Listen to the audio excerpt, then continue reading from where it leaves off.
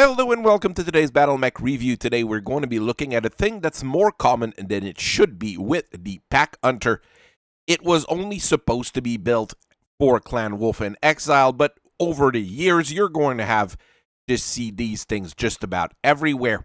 They were sold in larger amounts than they should have, and a lot of people have access to them even though they're supposed to be fairly limited. It is not a super popular mech amongst the clans. It is somewhat popular amongst clan-related people, and as a thing to perform fast response or rapid response. So it is a very decent mech in that particular category. So let's get into it. The clan warriors really like to get into it with one another, and after the Refusal War, which was a thing between Clan Jade Falcon and Clan Wolf, to try to say, let's not follow the rules that we've set up at Tukayid, well, a good chunk of Clan Wolf decided to follow Phelan Kell-Ward into exile, while the rest of them were sort of absorbed by the Jade Falcons, but not really. Things got really weird.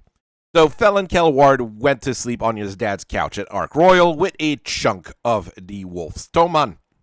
This was a fairly tough time for Clan Wolf-In-Exile, because the Kellhounds were not just going to let them eat munchies and drink their soda and expensive whiskey on the couch. They wanted them to work just like anybody else.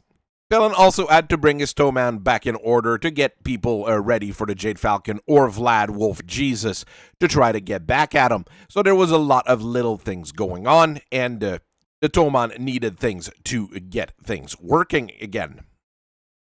The great things for the Wolf-In-Exile was that there already were a lot of factories on Ark Royal ready for them to use, and the Kellhounds were happy to provide them with manpower and resources for it, as long as some of the stuff fell off the back of the dropships. Ark Royal also has a very nice logistics chain to import all sorts of materials and all sorts of things to build mechs, so it was a great place for them to be. Various leaders of the clan wanted brand new Omni-Mechs, brand new machines to be able to fight directly all sorts of things. Phelan Ward, however, realized that they probably should start small and start to build something to rebuild their entire force quickly. The decision was made to build a very basic second-line mech with line compatibility and sniping, which was what weaker forces generally need in order to maintain an edge and in order to outmaneuver larger forces. Your basic Pack Hunter is an easy-to-build and easy-to-maintain workhorse 30-ton mech. It's a fairly straightforward and fairly cheap as well because it doesn't use anything super fancy outside of an endosteel chassis, which is easy enough to procure when you're on Ark Royal. The engine is a Light Force 210, which is a basic engine for clan forces, and nothing super fancy, so you can generally swap it with an Inner Sphere one if you're able to find one, and 7 standard jump jets, giving you a top speed of 120 kilometers per hour in a straight line and 210 meters of bouncing, meaning you're extremely mobile for a sniper mech. You get 4 tons of standard plates on the body. I'm not sure why it's not ferrofibrous. Maybe they didn't have a ferrofibrous mill when they started the production of that machine, at least not a ferrofibrous mill producing clan-grade alloy. But that's a thing that probably should have been upgraded over the years, and is something that is not terribly difficult to do if you have the staff on hand. For weapons, all you have is a single ERPPC.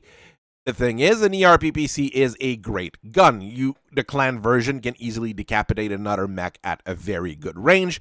It's shoulder mounted, so it's a little bit better than if it was arm mounted. It's a little bit better protected, but you get a little bit less wide range of fire. It works really well on a fast sniper, and this one having full actuators also allows it to be pretty useful around the base, helping load up dropship, helping move things around, clearing out debris. Overall, this is a simple yet extensively effective mech that is going to be useful in a wide variety of situations. The Pack Hunter really worked well as a Pack Hunter, so you had groups of them stalking other mechs and blowing them up with those ERPPCs. But over the years, other models needed to be brought in, both to keep the factories going and to try to adapt it to newer technology. The Pack Hunter Mark II, a 3065 design, follows in the same footstep as the predecessor, but makes it far more expensive. The main reason for that is that the engine is upgraded to a Light Force 210XL, which saves you a whole lot of weight, but is rather expensive. The plates are upgraded to 5.5 tons of ferrofibrous, and you add a double heat sink on top of things for extra heat dissipation. Why would you need extra heat dissipation? Well, this one is also meant to be able to kill infantry fairly quickly by bringing an array of 8 ER micro laser split between the two side torsos. You're fast enough to bring them to bear as well against other mechs, and 8 ER micro lasers punching in the back of a mech, not necessarily a rifleman, just about anything, will be quite troubling. This is pretty good, but of course the bump up in price and expenses to keep those going is not as good as you would want. The extra armor makes it a lot tougher though, so this is still a very nice upgrade kit. The Mark III goes down the same kind of line, and it came out in 3068, taking that base design and pushing it even faster. This one here only keeps 4 of the ER micro laser, but uses the saved weight to set up a mask on the machine, giving you a top speed of about 150 kilometers per hour in a straight line. You already have maxed out armor, so you basically become a fairly deadly and expensive fast sniper. A lot of people will tell you you should not mix mask and jump jet.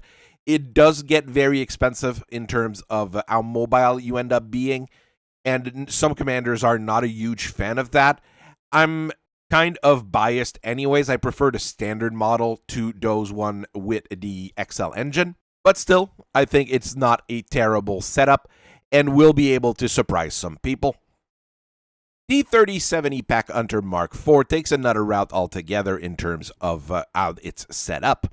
This one uses a smaller engine, a Light Force 180XL, giving you a top speed of 96 kilometers per hour, but also mounts 9 improved jump jet, giving you a full jump range of around 270 meters. You know me, I'm not ever a huge fan of the improved jump jets here. It does give you a very nice amount of mobility, though. But where I don't like it is that it replaces the ER PPC with an ER large laser, so you lose on that head capping capability, even though that ER large laser is now guided by a targeting computer, making it more accurate. This one even includes a C3 braking ECM, which was very useful in that Jihad era. So it's not entirely terrible, it just doesn't fit the mold the Pack Hunter normally is in. And I'm not really a fan of that. I do prefer the ER PPC to an ER large laser. It's going to be more useful in the long run. The latest version of the Pack Hunter came out of the Wolf Empire because they had a glut of 270XL engine that were supposed to be used on Hermes. Those things were no longer being built because, well, they didn't need Hermes, but it was a inner sphere grade XL engine rather than a standard one for the clans.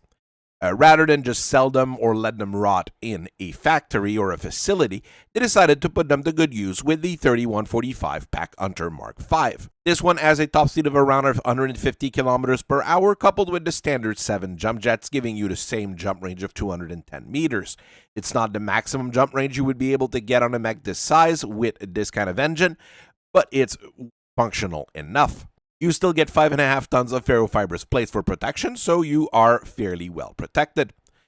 For weapons, the RPPC is back on the shoulder, making it a faster sniper than the original with a price to match and a bit of a more limited defensive potential because it's an inner sphere XL engine, so if you lose a side torso, your mech is as good as gone. So it's a bit of a trade-off here, and once that glut of 270XL is gone, maybe we'll see some with Clan XL engines if they're popular enough with new people. Any mechs get very complicated over the years with all sorts of gimmicks and all sorts of gadgets trying to keep up with the rest of the militaries. You get that especially on Clan mechs and even some Omni mechs.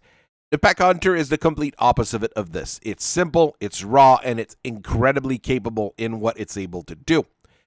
Even the more refined Pack Hunter Mark II, Pack Hunter 2, not the Mark II, it kind of gets confusing sometimes, is a favorite of Clan Ellsworth, and it's still simple enough. We'll cover it at some point in the future. So I hope you guys have a very nice rest of your day. I thank you for listening to me for so long, and I will see you guys later. Bye-bye.